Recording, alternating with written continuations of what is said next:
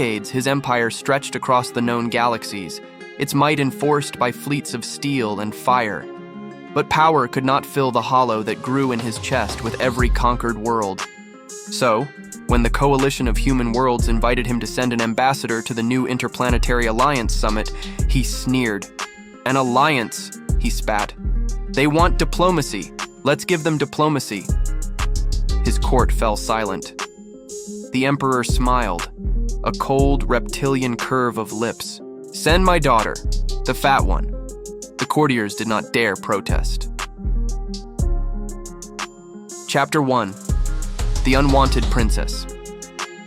Princess Elira of Xaros was unlike her kin. Her people, descendants of a sleek, scaled species that prided itself on physical perfection, were lithe, tall, and sharp-featured.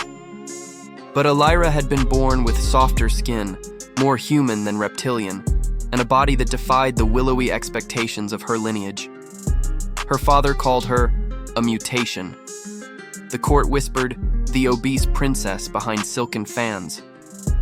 So when the Emperor ordered her to the human summit, Elira knew it wasn't an honor. It was humiliation wrapped in duty. "Father," she said quietly, as servants fitted her into the ceremonial armor of House Xaros. "Why me?" "Because you are harmless," he said, not looking up from his throne of obsidian. "And if the humans laugh, they'll be laughing at you, not me." He dismissed her with a wave, and that was that. Chapter 2. The Mechanic of Terra 9On. The human frontier world of Terra 9, Kai Redding was covered in grease. He worked in Dock 47, where the ships of traders, smugglers, and diplomats alike came to refuel and repair.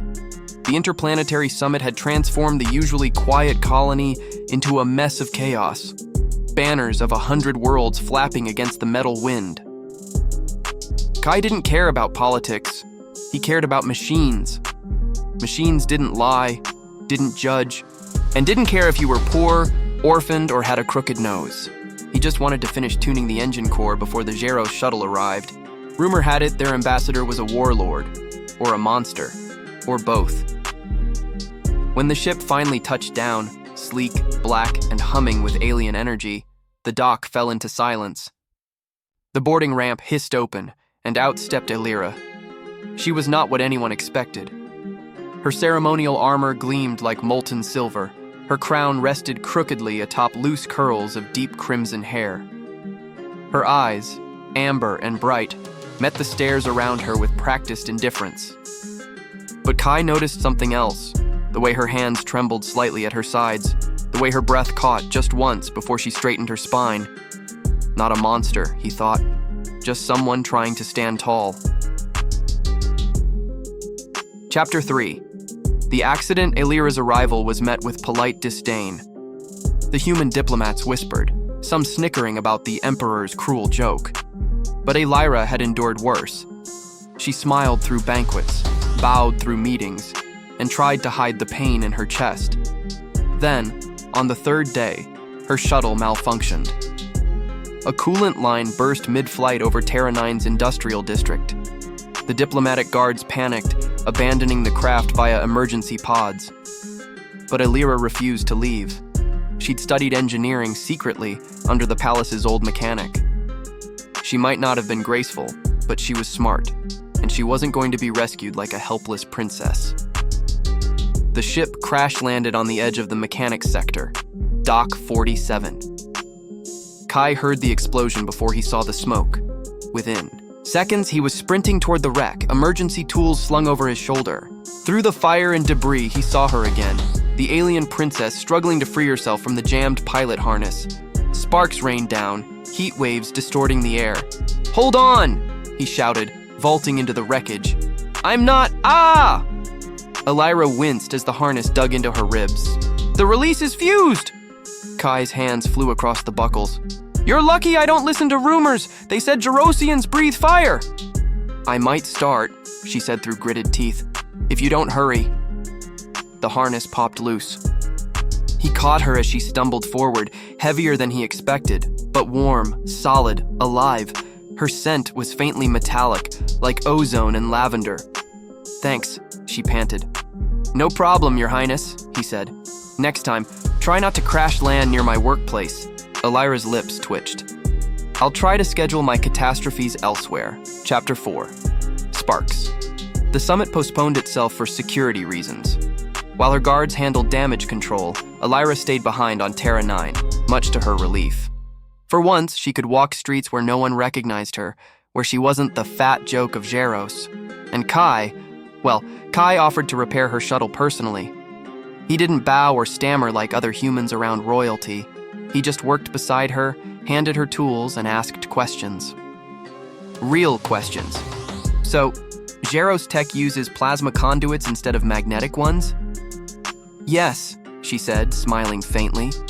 "More efficient, but less stable under atmospheric pressure." "Guess that explains the explosion." "Guess that explains your charm," she shot back. They laughed, and for the first time in years, Elira's laughter didn't sound hollow. Days turned into weeks. She learned that Kai had grown up alone after his colony ship crashed decades ago. He'd built his life out of scraps, piece by piece. He learned that Elira's intelligence had been dismissed by her court, buried under gossip about her appearance. "Funny thing," Kai said one night, tightening a bolt under the shuttle wing. "Your father sent you here as a joke, didn't he?" Elira froze. "How do you know that?" "I've met enough broken machines to recognize when someone's been thrown away." Her throat tightened. "I wasn't worth repairing." Kai looked up at her, eyes the color of old copper. "That's where he's wrong." Chapter 5. The Emperor's Joke. Backfires. When the Emperor received the reports from Terra 9, he was furious.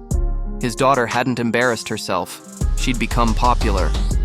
The humans admired her insight, her humor, her empathy. Some even proposed new trade routes inspired by her ideas.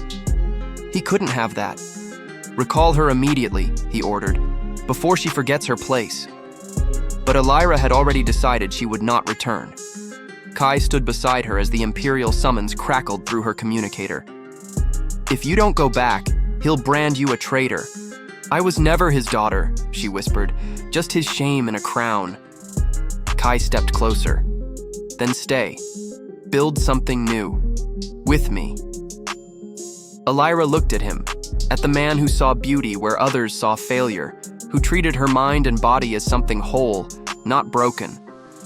Her chest ached with the enormity of it. "But if I stay," she said softly, "the Empire will come for us." Kai's smile was crooked. "Let them try. I fix engines for a living, princess. I can fix whatever they break." She laughed through the tears. "You're impossible, and you're perfect." Chapter 6. Fire and Flight. The Emperor did come. His flagship, the Devourer, blotted out Terra 9's sky. Soldiers poured down in dark dropships, demanding the return of the runaway genetic mistake. Kai and Elira worked through the night, converting her half-repaired shuttle into something new, a fusion of Xerosian and human tech. He called it the Dawn Flame. As dawn broke, the Imperial soldiers breached Dock 47. Elira and Kai launched the ship through a storm of plasma fire. The Dawn Flame streaked upward, engines screaming in defiance. "Where to?" Kai shouted. "Anywhere," Elira said. "Everywhere." The Emperor's fleet pursued them into the Nebula Belt, but the Dawn Flame was fast, and Elira knew the Xeros tech better than any of her father's pilots. They slipped through the swirling violet storms, vanishing into the void. Chapter 7. The mechanic and the princess months passed. Rumors spread through the galaxy of a strange new ship that helped damaged colonies, repaired stranded vessels, and carried a crew of outcasts. Its captain was a woman with crimson hair and a laugh that made people forget their pain. Her engineer was a quiet man with oil-stained hands and eyes that always sought hers. They never stayed in one place long. The Emperor's bounty hunters chased them, but Elira had learned to love the chase. To live, truly live, for the first time. One evening aboard the Dawn Flame, she found Kai tinkering with the navigation core. "You never stop working," she said, leaning against the doorway. "Neither do you." She stepped closer, her hand brushing his. Maybe that's why we fit. Kai turned, grease smudged across his cheek. Fit? Princess, you're the best design I've ever seen. Her laugh was soft, disbelieving. You're impossible, Kai Redding. He wiped his hands on a rag, meeting her gaze. And you're perfect, Elira of Nowhere. She kissed him then, not as a princess, not as an exile, but as herself. Epilogue. The joke that changed. An empire years later, whispers reached even the cold halls of Xeros Prime. They said the Emperor's fat daughter had become a legend, that her ship had liberated human miners from slavery, rebuilt broken colonies, and united traders across 3 systems. Some called her a pirate, others a savior. But to those who truly knew her, she was something else. The woman who turned mockery into meaning, exile into freedom. And to one human mechanic, she would always be more than perfect. She was the spark that made his universe come alive.